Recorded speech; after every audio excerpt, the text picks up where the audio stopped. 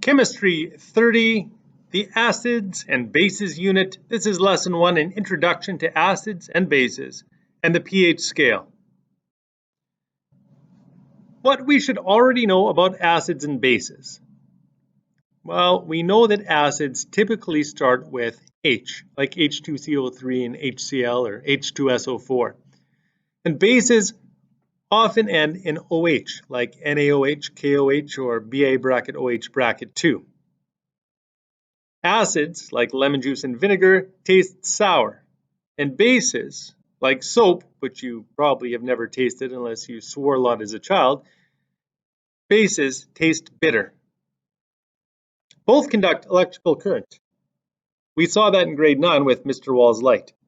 When we placed it into distilled water, it did not turn on because the water did not conduct electricity.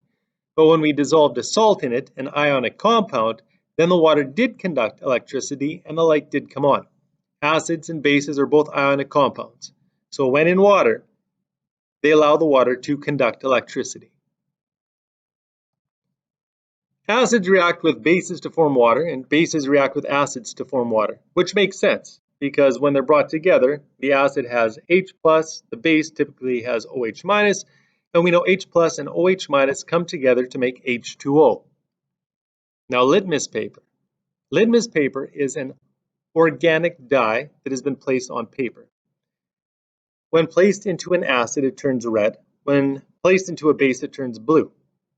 So an acid will turn blue litmus paper red, or red litmus paper will remain red if placed in the acid.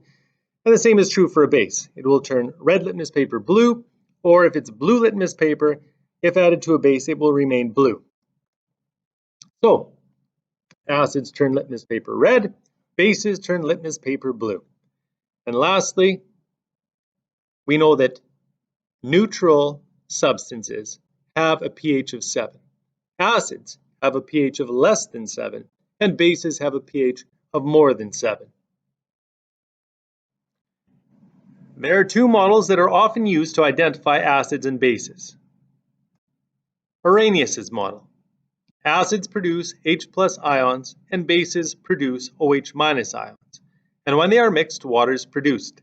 This model works in most situations, but doesn't explain acids and bases that don't involve water, such as ammonia. So the preferred model is the Bronsted-Lowry model. It states, acids donate an H+ ion, bases accept H+ ions. This solves the problem of molecules like ammonia that are acidic or basic, even in the absence of water. In this equation, H2O is accepting a proton to become H3O positive. Since H2O is accepting the H+, that makes it the base. HF is giving up an H+ to become F-. That means it is donating the H+, making it the acid.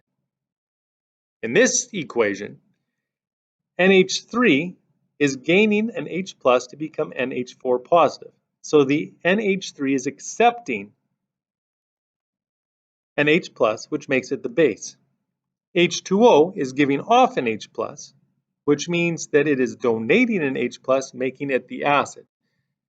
Now, I bring up these two specific examples because the reaction at the top has water as a base, and the reaction at the bottom has water as an acid.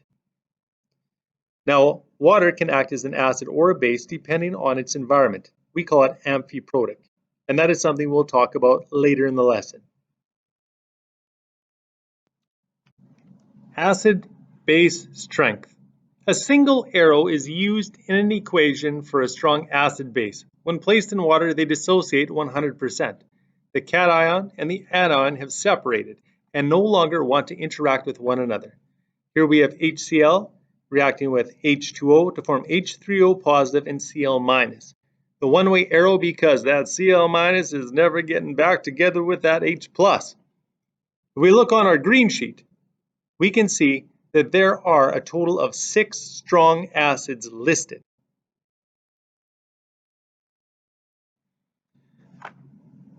An equilibrium arrow is used in an equation for a weak acid and a weak base. When placed in water, they dissociate less than 100%. Most acids and bases are weak. This means the cation and anion continue to interact. An example of that is hydrofluoric acid. Hydrofluoric acid, the fluoride and the H plus break up, but then they get back together. And then they break up, but then they get back together. Then they break up, then they get back together. So the H plus is not out doing its full acid business all the time. It's too busy being tangled up in this relationship with F minus, and that's what makes it a weak acid. Conjugate pairs. In the equation for a weak acid and base, the acid on one side of the reaction is the base on the other side of the equation. These two are considered a conjugate pair. Note that a conjugate pair only differ by an H plus in the formula. An H plus, no more, no less. If I look at this reaction, H2O and H3O positive are conjugate pairs because the only difference between the formulas is that an H plus has been added to the H2O. Now, since the H3O positive has an H plus more than the H2O, that makes the H3O positive the acid, and therefore H2O the base. The other conjugate pair is also separated only by an H plus. If I add an H plus to F minus, that gives me HF. So HF is the acid because it has the H plus, F minus is therefore then the base. If I look at this reaction, H2O and OH minus again are conjugate pairs because they only differ by an H plus. The H2O has an H plus more than the OH minus, so H2O is the acid and OH minus is the base. The other conjugate pair is NH3 and NH4 positive. If I add an H plus to NH3, I get NH4 positive. So NH4 positive has an H plus more than the NH3, so the NH4 is the acid, the NH3 is the base. Acids in water. Note, when H plus is released from an acid, it always combines with water to form H3O plus. This is the proper formula for an acid, but due to old habits, we still often write acids as H plus, and the two are used interchangeably. Now, let's take a little side trip here, if you don't mind. Note that on the periodic table, hydrogen has an average mass of 1.00794 atomic mass units. So what does that mean? Well, protons weigh 1 atomic mass unit, and neutrons weigh 1 atomic mass unit. So if hydrogen has an average mass of just 1.00794 atomic mass units, that means it usually only has 1 proton or 1 neutron. And it has to have 1 proton because hydrogen is number 1 on the periodic table. So hydrogen has to have 1 proton to be hydrogen. So therefore, most hydrogen atoms do not have a neutron. They just have a proton and an electron. In fact, 99.985% of hydrogen atoms only have a proton and an electron. So what does this mean and why should we care? Well, that means that if this is hydrogen, this is what H plus looks like, just a proton. So the word proton is used interchangeably with H plus, which is also used interchangeably with H3O positive. So if we're asked to find the proton concentration, H plus concentration, or H3O positive concentration, we are being asked to do the exact same thing in each one of those cases. So on your pink sheet, I would write the concentration of proton equals the concentration of H plus equals the concentration of H3O positive. Those three are used interchangeably. Now for some of the terminology in this unit. Monoprotic and polyprotic acids and bases. A monoprotic acid can only donate 1 proton, and a monoprotic base can only accept 1 proton. Mono means 1, and protic means proton, so 1 proton. An example of an acid that's monoprotic because it can only donate 1 proton would be HCl or HBr. They only have 1 H plus they can donate. An example of a monoprotic base, a base that can only accept 1 proton, would be Cl minus, Br minus, or H2O. they all have the ability to accept just one proton. A polyprotic acid can donate more than one proton, and a polyprotic base can accept more than one proton. Poly meaning many, and protic meaning protons. So a polyprotic acid can donate more than one proton. And examples of that would be H2SO4, which can donate 2, H2S, H2PO4-, which can both donate 2, and H3PO4, phosphoric acid, which can donate 3 protons. The polyprotic bases that can accept more than one proton would be things like sulfate, which can accept 2 protons, just like sulfide. HPO4 2- can accept 2 protons, and phosphate can accept 3 protons. Binary and ternary acids. Bi means 2. Binary acids only contain 2 different elements, like hydrochloric acid, hydrobromic acid, or hydrosulfuric acid. Ternary acids contain 3 different elements. Examples would be sulfuric acid, phosphoric acid, or iodic acid.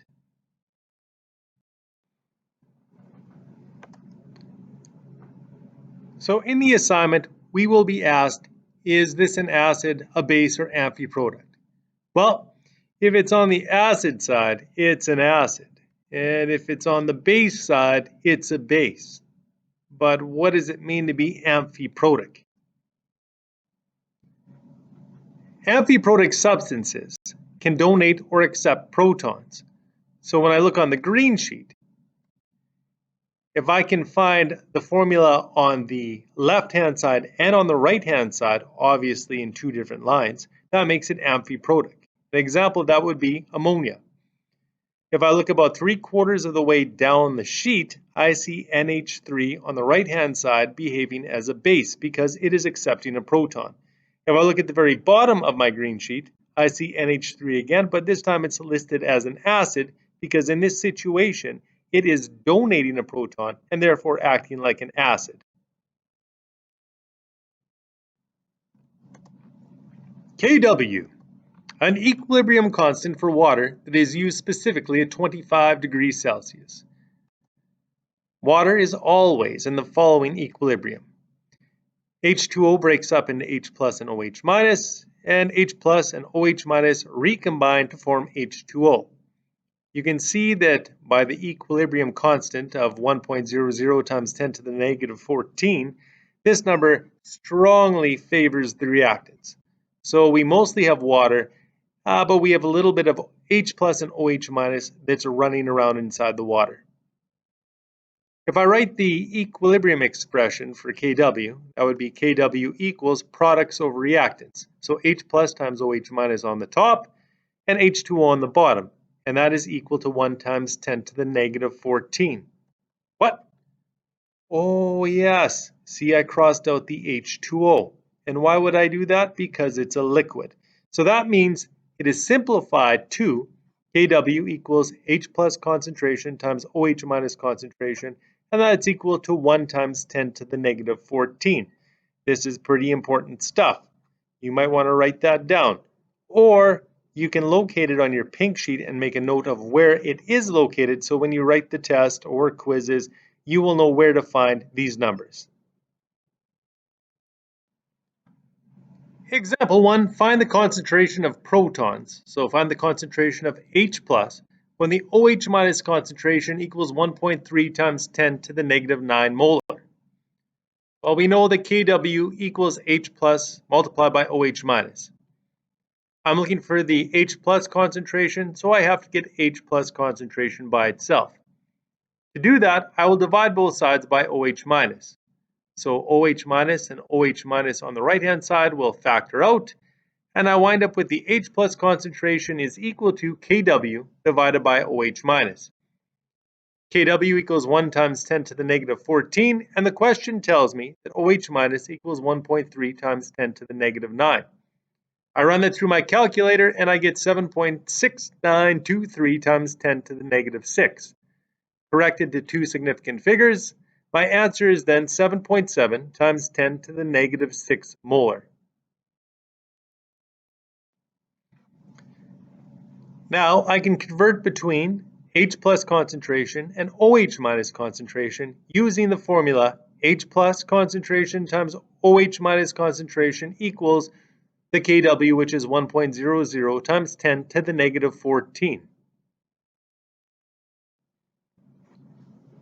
pH is a measurement of how many loose protons are in a solution on a logarithmic scale.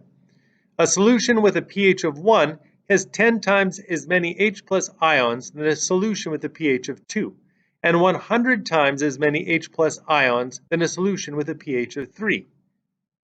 So the pH equals negative log of the H plus concentration. Again, important formula. You want to make sure you know where this is on your pink sheet. Make a note of it. Example 2. Calculate the pH of a solution that has an H plus concentration of 3.2 times 10 to the negative 3 molar.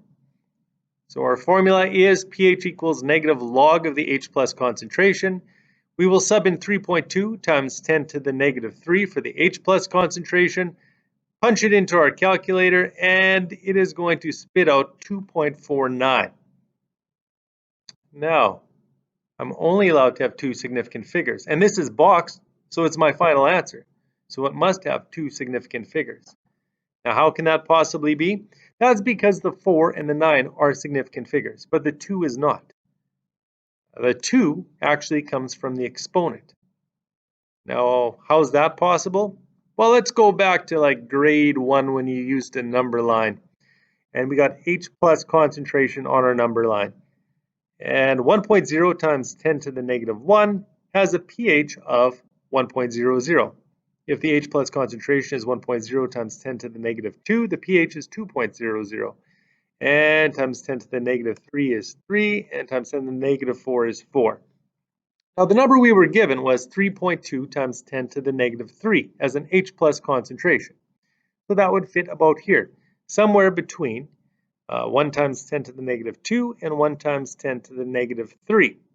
In fact, on a logarithmic scale, it's almost right in between the two. And that gave us a pH of 2.49. So you see the number in the front relates to our exponent, whereas the numbers in the back tell us exactly how far up or down this logarithmic scale we are. So make a note. The numbers that come before the decimal in pH or POH are from the exponent and are never significant figures.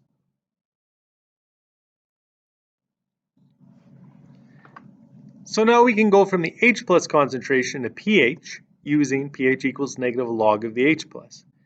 And you may have guessed, quite similar, we can go from the OH minus concentration to POH using POH equals negative log of the OH minus, or the POH scale is just a logarithmic scale based on the concentration of the OH minus ions. Example 3. What is the H plus concentration if the solution has a pH of 10.20? So I'm going to use pH equals negative log of the H plus. I want to get H plus by itself.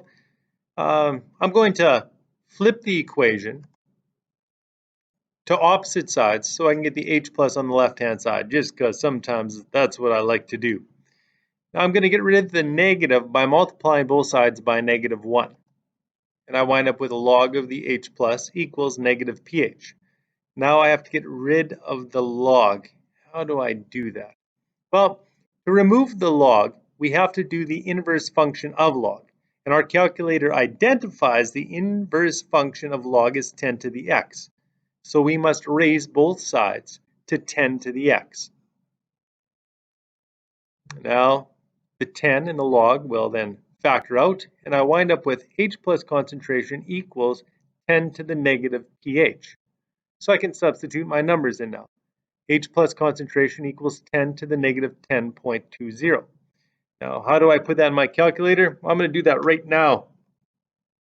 I punch in second function log, because second function log is 10 to the x, and then I hit negative, that's not subtract, that's negative 10.20 and equals, and I get 6.3095734445 times 10 to the negative 11. I'm just going to write that as 6.3 times 10 to the negative 11 molar, since my pH only gave me two significant figures. Remember, 10.20, that's only two significant figures because the 10 comes from the exponent. Now we can go from pH to H plus concentration, since we know that the H plus concentration equals 10 to the negative pH. And it stands to reason that we must also be able to go from POH to the OH minus concentration, since the OH minus concentration will equal 10 to the negative POH. Now, before we go on, I'm going to add one more thing to this big table of helpfulness. At the very top, we see that the H plus concentration times the OH minus concentration always equals the same number, which is Kw at 25 degrees Celsius. So that means that since the two multiplied together always equal the same number, if one increases, the other must decrease, and vice versa. And the same must be true for the pH, because if the pH goes up, the POH goes down. And if the POH goes up, the pH goes down. So that means the pH and the POH always have to come to the same number. A little bit different than the H plus times OH minus. In this case, it's a little bit easier. The pH plus the POH always have to equal a total of 14.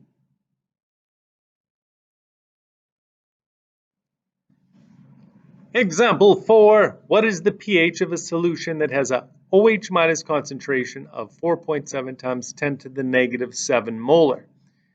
Now, there's more than one way this can be accomplished. So we're going to copy down both methods, starting with method 1. Well, we know that Kw equals OH minus times H plus concentration. And since I've been given the OH minus concentration, I can find the H plus concentration. And H plus will equal Kw divided by OH minus. So 1 times 10 to the negative 14 divided by the OH minus concentration I've been given gives me an H plus concentration of 2.1 times 10 to the negative 8. Now, I can find pH because I know the H plus concentration. So I'm going to take the negative log of the number that I found in the previous equation. I am going to make sure that I keep the number that's on my calculator face because I don't want to round until I get to my final answer. So negative log of my pre-rounded 2.1 times 10 to the negative 8 gives me a pH of 7.67. Method 2.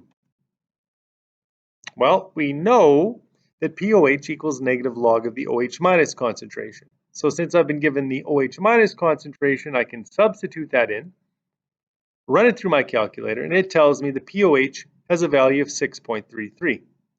And we know that pH plus POH equals 14. So that means pH equals 14 subtract POH.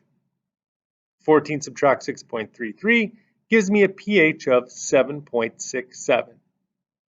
I'm glad it worked out to be the same number both times. And that is the end of the lesson. You are good to start working on the AB1 assignment.